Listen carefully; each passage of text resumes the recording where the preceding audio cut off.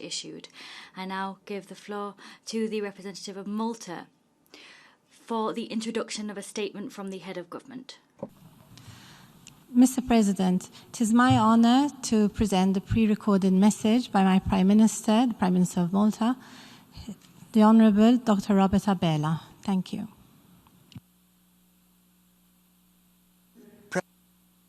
President of the General Assembly, Your Excellencies. The current global pandemic has taught how truly interconnected and interdependent our world is. It affected our health, our economies, and our societies. However, at a time when multilateralism is threatened, a health crisis brought into focus the need for global cooperation. And 75 years after the setting up of this organization, the United Nations, we find ourselves yet again in a position where we need to work together to overcome another common challenge. It gives us a chance to create a better life, a better future. A future where solidarity is global. A future for which we have the opportunity to prepare and to identify better and more creative ways to deliver on our 2030 agenda. In this regard, whilst the pandemic has dealt a devastating blow to the economic and social development of all countries, especially developing countries, we must not be disheartened. Yes, years will be needed to come back to the stage where we were before the start of the pandemic. But it is also true that the stage has been set to build a healthier, greener, fairer and more resilient and sustainable world that ensures that no country or person is left behind. I therefore firmly believe that our collective efforts need to be stepped up, as does our coordination to ensure the successful implementation of the goals in their entirety. Achieving the SDGs and harnessing the potential they represent is beyond the reach of any single country. Reaching out to the hardest hit countries, the most fragile economies, and also those populations in vulnerable situations remains crucial. Here, I wish to recall a point that, in my opinion, is very important: food security. This goes hand in hand with agriculture and has also been highlighted in the Global Humanitarian Response Plan and recognized as one of the strategic priorities to mitigate the problems associated with hunger. The agricultural sector is the fulcrum if we want to end hunger. We need to continue working on achieving a more sustainable agriculture through adaptation of sustainable practices. Practices that respect our ecosystem and our environment. Earlier this year, at the height of the pandemic, Malta was facing a crisis in its agricultural exports. Conscious that it is our collective responsibility to promote food security and provide adequate nutrition, under the initiative of Solidarietà Malta, an initiative aimed at addressing food shortage in afflicted countries, we sent food to Namibia. Malta is a small country, and our contribution is an act of solidarity with the people, taking into consideration the effects the severe drought the country had experienced. This initiative fed around 500,000 persons in Namibia, prevented food waste in Malta, and yielded an opportunity for the long-term benefit of both countries. It also puts into practice our belief that we cannot build our future without helping others to build theirs. We need to establish meaningful and effective partnerships through which to combine efforts and programs for more substantial and durable results. This we are currently doing also through our co-chairing of the United Nations Steering Committee on Partnerships for Small Island Developing States. Malta has also contributed a significant percentage of its annual humanitarian budget towards appeals launched by United Nations Office for the Coordination of Humanitarian Affairs, International Committee of the Red Cross, Food and Agricultural Organization, United Nations Children Fund and World Food Programme, in support of the agency's operations to mitigate the effects of the pandemic in vulnerable places.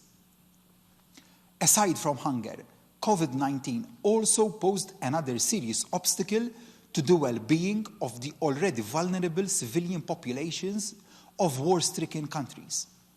As the Prime Minister of a country that advocates peace and has a neutrality clause in its constitution, I cannot but reiterate the message for all parties involved in such conflicts to desist from ongoing hostilities, to take immediate action to protect civilians within their areas of effective control, and to ensure the depoliticization of the humanitarian infrastructure through the lifting of restrictions imposed on humanitarian workers and life-saving aid deliveries. Against this background, Malta welcomes the announcements made by the Libyan President of the Presidential Council, His Excellency Fayez al-Sarraj, and the Speaker of the House of Representatives, His Excellency Aguila Saleh, for a ceasefire in Libya. This is an instrumental and constructive step to overcome the current stalemate and terminate all foreign interference in the country. Now is the time to translate the outcomes of the 5+5 Joint Military Committee into a permanent ceasefire, to enable the resumption of talks with a view to achieve a successful political transition under the auspices of the United Nations. Similarly, the recent announcements made concerning the lifting of the force majeure at 2 oil terminals need to be substantiated and coupled with the implementation of economic reforms. Reforms that enhance the governance of Libya's economic and financial institutions, and that enable the fair and transparent distribution of oil proceeds to all of Libya's society. This will enable Libya to address challenges related to its already strained healthcare services, worsened by the ongoing 9-year conflict, to the detriment of Libya and the Libyan people. At the same time, we must also ensure that all actors found violating international humanitarian law and human rights in Libya will be held accountable. This will send a clear message to all involved in the proxy war playing out in Libya, that their impunity will not go unanswered. A political solution to the conflict in Libya remains the only viable solution. The driving force to resolve the conflict needs to be wholeheartedly Libyan-led and Libyan-owned. In this regard, I want to commend the Security Council for endorsing the conclusions of the Berlin Conference on Libya through Resolution 2510 of 2020 and support the request of the Security Council in tasking the Secretary General to implement those aspects ascribed to the United Nations Support Mission in Libya in the operationalization paper of the Berlin process. In the same spirit, I wish to recall and reiterate the importance of the implementation of the United Nations Security Council Resolution 2532, calling for a global ceasefire to address the pandemic. A pandemic that has affected economies at their core.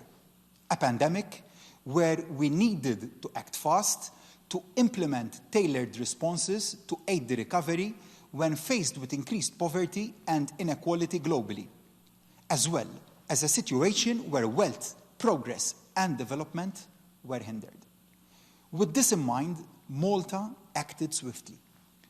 We put forward initiatives that prevented an even larger economic and financial downturn. Several measures were implemented as part of a financial package to help the Maltese economy during the COVID-19 outbreak, mainly aimed at easing pressures on the liquidity of businesses, protecting jobs, and helping the most vulnerable during this challenging period. These included initiatives to protect employment and targeted assistance to those sectors that have been negatively affected. This through an economic package worth €1.81 billion, equal to 12.9% of Malta's gross domestic product in 2019. We were helped in no small way by the fact that we are a small nation, which brings decision makers in close proximity to those affected by the said decisions, as well as ensuring that they are not insulated from realities on the ground. In all this, in hindsight, if I had to single out one area which was more important than others, this would be the world of work. The pandemic has devastated the world of work, laying bare the extreme vulnerability of millions of workers and enterprises. The virus does not discriminate in medical terms. However, it has brought to the fore major inequalities, which have been further exacerbated through threats to livelihoods. This has brought a dramatic increase in poverty and the warning from the World Food Programme that the next pandemic we face could be one of hunger. Therefore, in this case, more than others, the future of our people is going to be determined by our actions today. Keeping this in mind, Malta implemented a series of social security measures in order to deal with the economic and social impact of the pandemic, ensuring that the economy remains afloat, safeguarding jobs, and assisting workers and vulnerable persons. Social benefits helped to alleviate the financial difficulties. To date, almost €500 million were paid out in contributory benefits, whereas almost €100 million were paid out in non-contributory benefits. As heads of government, we have a strong responsibility to protect our workers. For in protecting livelihoods, we are protecting our social fabric. Malta holds a strong track record in the field of employment. The overall positive labour market outlook is a direct result of an integrated Make Work Pay reform package aimed at investing in human capital through a number of targeted policies and measures to reach those groups identified as being most at risk of labour market alienation. The exponential economic growth which Malta has experienced in the last few years has been connected with sustained employment. And prior to the emergence of the COVID-19 pandemic, Malta enjoyed the highest employment growth rate in the European Union. To protect our achievements, during Malta's worst period of the COVID-19 pandemic, we encouraged employers to implement, where possible, teleworking, flexible working hours, and to implement temporary short-time working conditions so to avoid redundancies. Despite the urgency of the matter and the necessary short-term measures that needed to be implemented, we always kept in view the long-term repercussions of the pandemic on the world of work and tailored measures to provide protection for both employees and employers alike. This resulted in around 25,500 jobs out of a workforce of around 250,000 being saved, while protecting many businesses from closing their doors. Today, Malta's employment rate has also exceeded both the national and the European Union headline targets for Europe 2020. As we look towards a new normal, Malta continues to work towards taking a human-centered approach to reform related to the world of work. Our priority for the upcoming period is to continue building on what has been achieved so far by enhancing labour market access for all groups through continued upskilling, labour market incentives, and by facilitating the transitions towards labour market participation, as well as working towards promoting long-term employability. It is for this reason that we are seeking to prepare our youths for their future. For if we cannot prepare a future for our youths, we owe it to them to provide them with the skills and tools necessary to succeed. Investment in education and training outlines Malta's long-term strategic outlook for an upskilled society which is able to adapt to a modern, digital, and sustainable labour market. In doing so, we are also adapting to the situation, learning from the opportunities that have surfaced to increase our competitiveness and growth. Looking ahead, prior to the pandemic, there were already discussions taking place at international level regarding the implications of technology on the future of work, the role of digitalization, and the green transition. That future has arrived sooner than anticipated. It is up to us to shape this future. Mr. President, we can all agree that COVID-19 has been a wake-up call. Pandemics know no creed, ethnicity, gender, or social standing. We are all equally susceptible and potential victims. It has been indeed a lesson in humility.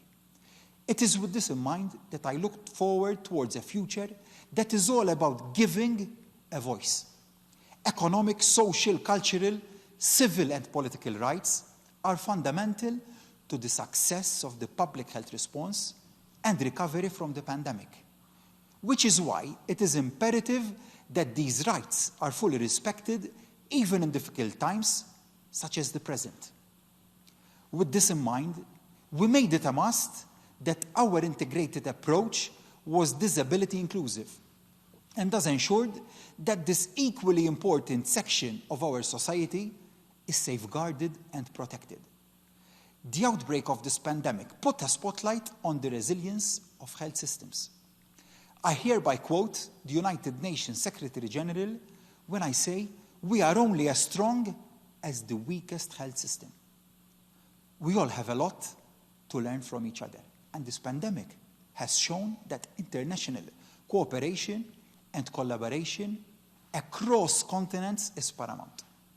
It is for this reason that I look towards a future where the global public good is upheld above all. It is with pride to note that throughout this pandemic, Malta has worked in close collaboration with the World Health Organization and European Centre for Disease Control, following guidelines and contributing regularly through the sharing of best practices at ministerial level, in regular European region and global updates, as well as bilaterally at country level.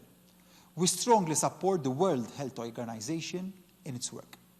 And for this reason, we advocate for the WHO's important role in ensuring early, equitable, and universal access to a safe, quality, and effective COVID-19 vaccine as a global public good once this becomes available.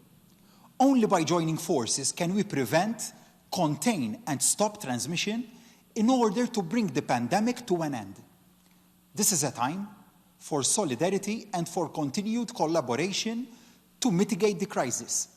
Each individual's health depends on the health of us all. Mr. President, before concluding, I must say a couple of words about the deep-rooted link between humans and the environment. Whilst the immediate priority of countries around the globe is the restarting of the economy and the protection of people's health, we cannot sideline environmental issues and the need to move closer to carbon neutrality. It is for this reason that I look towards a future where we have a carbon-neutral planet by 2050. Because, if anything, the pandemic has highlighted the value of our quality of life and the protection of human health. This is why, when we announced my country's long-term economic vision for 2050 a few days ago, we made it a point to include carbon neutrality as one of its pillars of our economic policy. As economic growth has very little meaning if people are not living a better life. We must therefore invest all our efforts to address challenges related to pollution, air quality, cleanliness, and emissions. We cannot forget the millions of premature deaths linked to air pollution every year. We have a duty to act without delay. Mr. President, to conclude, and above all, we look forward towards a secure future where victims and people who are most at risk feel protected and safeguarded.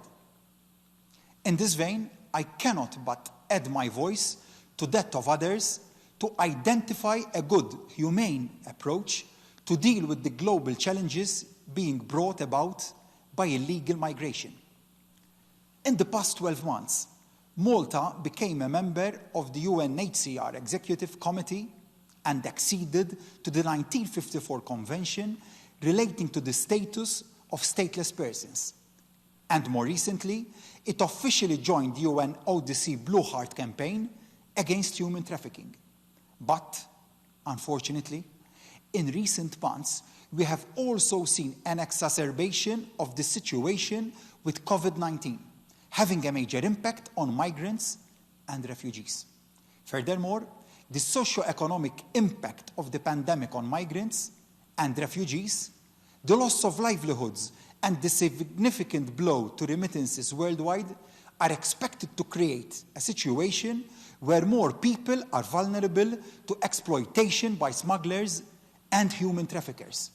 On this, Interpol has advised that the COVID-19 pandemic has not blunted the determination of organized crime groups to prey on the vulnerable and make a profit from these crimes, which all too often costs these victims their life. Malta, as one of the frontline countries at the EU's external border, is faced every day with irregular crossings. These people want a better life, but my country is small, and our capacity to handle such flows is very limited. The European Union has this week launched its migration package, but the United Nations also has a major role in addressing this human and global challenge. It must work with its agencies and partners around the world to help people build a better life, so that less people are victims of people smugglers and lives are saved. The United Nations can also support states in the implementation of the Global Compact for Safe, Orderly and Regular Migration and the Global Compact for Refugees adopted in December 2018. Migration is a phenomenon that needs to be managed, not turned into a business commodity, traded at the cost of the most vulnerable. Furthermore, at a time when the international community is still seeking to chart the way forward in an ever uncertain landscape, the role of multilateral institutions, with the United Nations at their core, remains crucial to preserving stability and security, and addressing threats that defy physical or imagined borders.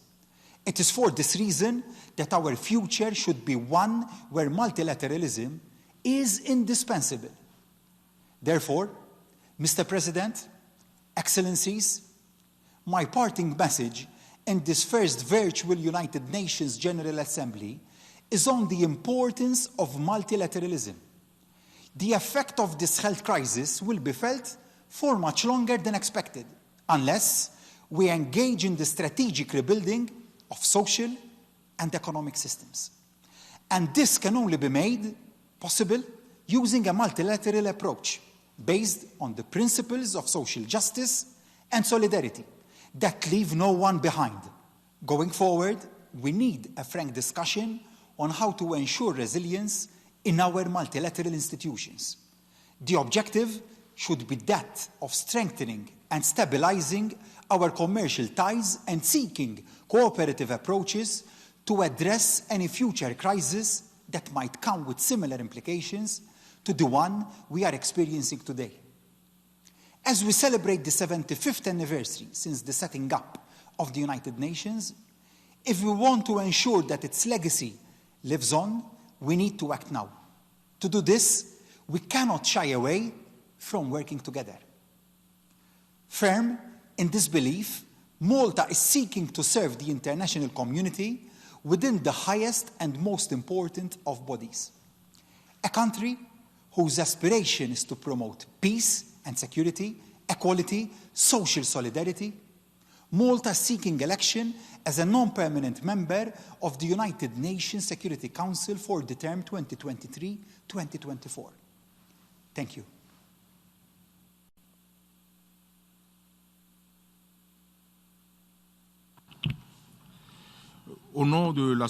On behalf of the General Assembly, I should like to thank the Prime Minister of the Republic of Malta for the statement which he has just delivered. I shall now